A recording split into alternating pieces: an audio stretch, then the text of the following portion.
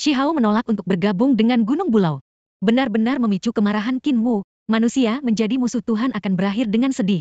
Wajah tua Qin Wu berkedip dengan ganas. Dia akan menggunakan metode mengorbankan esensi darahnya sendiri untuk sepenuhnya menekan Shi Hao. Dengan darah ke medan perang kuno, itu berubah menjadi lautan luas, menutupi langit dan bumi. Menampar ke arah Shi Hao. Shi Hao berdiri tegak, memelototi aliran deras yang datang ke wajahnya. Tidak ada ketakutan di matanya. Namun di dalam hatinya, ia menjadi semakin bertekad untuk menggulingkan Gunung Bulau. Qin Hao di samping ketakutan dengan pemandangan di depannya. Menatap kosong pada ombak yang bergelombang. Sedikit kewalahan. Dia tidak ingin percaya itu untuk berurusan dengan Shi Hao. Leluhur Gunung Bulau bahkan tidak peduli dengan hidupnya. Bang-bang. Gelombang besar jatuh, menghantam tanah dengan suara keras. Kekuatan yang kuat mengguncang seluruh medan perang kuno. Dalam sekejap, ruang tempat Shi Hao dan Qin Hao berada terendam air. Visibilitas redup mengungkapkan depresi yang kuat. Semuanya dikelilingi oleh laut, tak terbatas. Tidak ada ujung yang terlihat. Putaran air ini diubah oleh darah Qin Wu. Dan laut mengandung kehendak dewa. Qin Hao tidak bisa menahan keajaiban seperti itu. Kesadaran jatuh ke dalam kebingungan. Bisa pingsan kapan saja. Shi Hao membantu tepat waktu untuk menghindari nasib Qin Hao yang hanyut. Dia meletakkan satu lengan saudaranya di bahu. Ingin mengirim Qin Hao keluar dari air ini terlebih dahulu. Tepat pada saat ini, Shi Hao merasakan udara dingin naik dari punggungnya. Rasa penindasan yang menyesakkan mengejutkannya. Ini adalah naga dengan panjang tubuh beberapa ratus meter. Dan seluruh tubuhnya berwarna biru. Mata besar seperti dua tiang lampu. Naga terpencil di laut dalam ini juga merupakan binatang yang dipanggil oleh Qin Wu. Dengan kekuatan tempur yang luar biasa. Dan temperamen yang sangat kejam dan ganas. Di perairan, beberapa binatang bisa bersaing dengannya. Lembah seperti Peri di Gunung Bulau. Shi Ziling dan Qin Yining melewati celah ruang angkasa dan melihat apa yang terjadi pada Shi Hao. Keduanya terkejut dan berteriak untuk putra mereka. Karena Qin Wu menggunakan kekuatan suci berkali-kali, tata ruang Gunung Bulau telah terganggu. Dan beberapa aturan lingkaran sihir telah melemah. Ini membuka celah di penghalang yang menyegel pasangan Shi Ziling. Mata Shi Ziling dingin, dan dengan raungan keras, seluruh tubuhnya meledak dengan niat bertarung. Sekarang kedua putranya dalam masalah. Bagaimana mungkin dia tidak terburu-buru? Derum Shi Ziling, energi seluruh tubuh berkumpul menjadi tombak. Tubuh tombak memancarkan cahaya dingin yang menyilaukan. Dan pada saat yang sama ada guntur dan kilat yang hebat di sekitarnya. Dia melambaikan tombak perak di tangannya dan menusuk celah di angkasa. Tombak perak mengenai penghalang dan suara dentang meletus. Disertai percikan-percikan. Meskipun Shi Ziling memiliki kekuatan tempur yang luar biasa, ia tidak mampu melawan kekuatan para dewa. Setelah beberapa riak muncul di celah ruang, tidak ada respons. Shi Ziling tidak mau menyerah, dia menyerang penghalang seperti orang gila. Pada saat ini, cinta untuk putranya yang telah dia kumpulkan selama lebih dari 10 tahun pecah sepenuhnya. Matanya merah, seperti iblis, tapi tidak peduli bagaimana dia membombardir. Masih sulit untuk memperluas celah dalam pesona.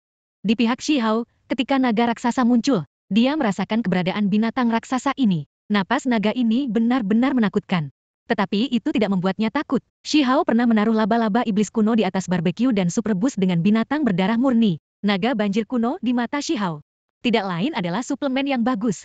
Mata naga raksasa itu seperti obor. Dan mengunci Shi Hao. Itu membuka mulutnya yang berdarah. Memperlihatkan taringnya yang tajam. Cahaya keemasan yang kuat berkumpul di antara tenggorokannya. Naga raksasa ingin membunuh Shi Hao sebelum dia bisa bereaksi. Shi Hao memegang Qin Hao, sosoknya tiba-tiba berkedip. Besarnya tekanan air laut membuat gerakan Shi Hao sedikit lambat. Dengan kekuatan ledakan yang kuat dari tubuhnya, dia mengambil Qin Hao untuk menghindari pukulan naga raksasa. Tanpa berhenti sama sekali, Shi Hao mendorong dengan tangan kirinya. Kekuatan lembut mendorong Qin Hao ke samping. Dia ingin menghadapi raksasa ini sendirian. Naga itu memutar tubuh raksasanya dan menyerang Shi Hao lagi. Mulut besar cekungan darah dibuka lagi. Seperti jaring besar yang menutupi langit. Tidak ada cara untuk menghindarinya. Di pinggiran medan perang, Qin Wu melihat pemandangan ini dengan sinis. Sosok Shi Hao sangat lemah dibandingkan dengan naga raksasa. Ditambah keterbatasan laut dalam. Dalam pandangan Qin Wu, Shi Hao sudah menjadi orang mati. Ketika naga banjir raksasa hanya beberapa meter dari Shi Hao, Ibu Shi Hao, Qin Yining berteriak kaget. Wajahnya yang cantik menunjukkan keputusasaan. Dengan darah dan air mata di mata Shi Ziling. Dia membombardir penghalang lebih dan lebih panik. Tapi detik berikutnya, kecemasan dan keputusasaan di wajah mereka tiba-tiba membeku. Melihat dengan curiga pada celah ruang di depannya, naga raksasa ini tampaknya ditahan oleh suatu kekuatan. Dan itu tetap di tempatnya dan tidak bisa bergerak sedikit pun. Tidak peduli seberapa keras naga raksasa itu berjuang.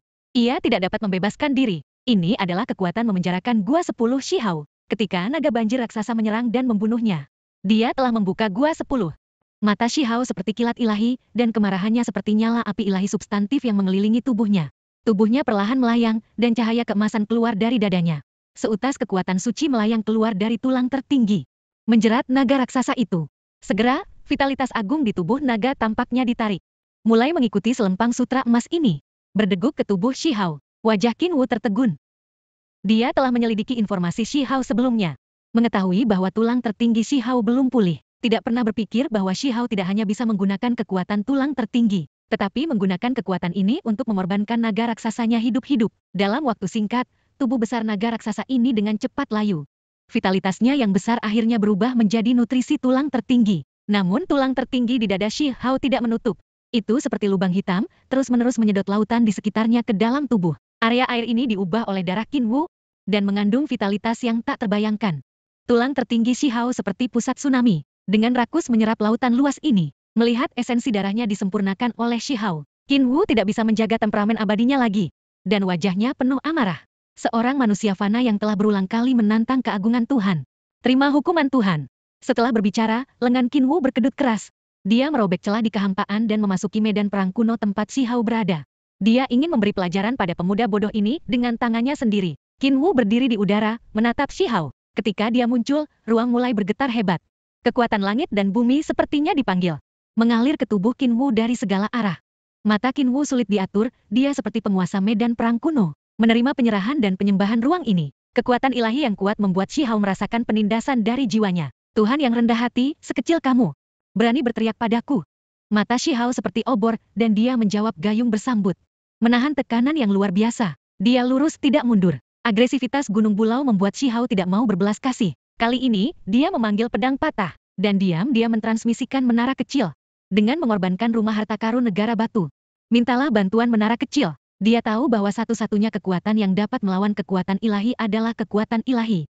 Jika dia ingin membunuh Qin Wu, dia perlu menggunakan kekuatan menara kecil. Shi Hao mengatur napasnya dan menahan semangat juangnya.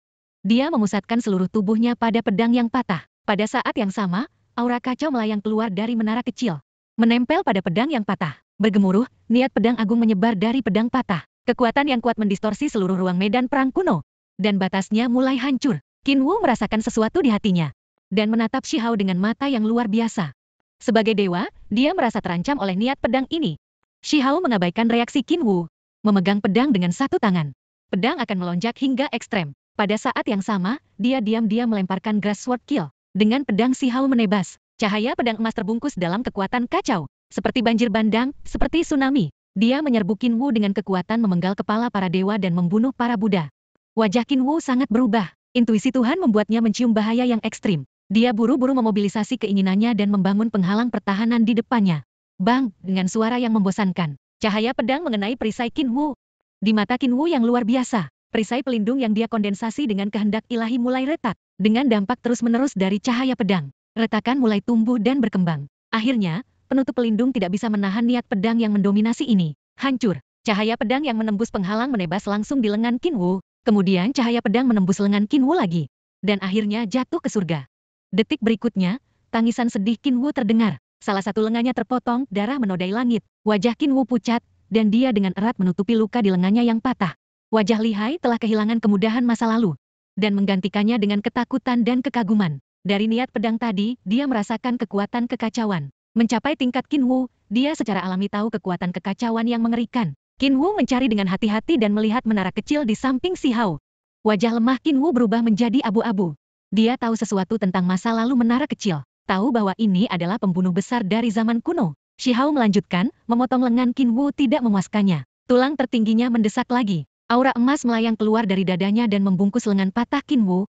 Shi Hao ingin menyerap kekuatan hidup lengannya di depan Qin Wu. Sempurnakan lengan dewa ini menjadi makanan tulang tertingginya. Wajah Qin Wu pucat, melihat vitalitas lengannya menghilang dengan cepat. Itu mengalir ke tubuh Shi Hao. Rasa malu dan takut muncul di hati Qin Wu pada saat yang sama. Membuat wajah lamanya menjadi sangat rumit. Pada akhirnya, naluri bertahan hidup menang. Pada saat ini, dia tidak peduli dengan kebanggaan yang kuat. Juga menghilangkan martabat para dewa. Tanpa ragu-ragu, Qin Wu berbalik dan melarikan diri. Kekuatan menara kecil jelas bukan sesuatu yang bisa dia lawan. Dia ingin membangunkan gunung 5 elemen yang sedang tidur. Shi Ziling dan Qin Yining melewati celah di angkasa dan melihat pedang Shi Hao membunuh para dewa. Air mata bahagia mengalir di pipi. Putra mereka, yang hampir mati, kini telah tumbuh menjadi titik yang sangat kuat.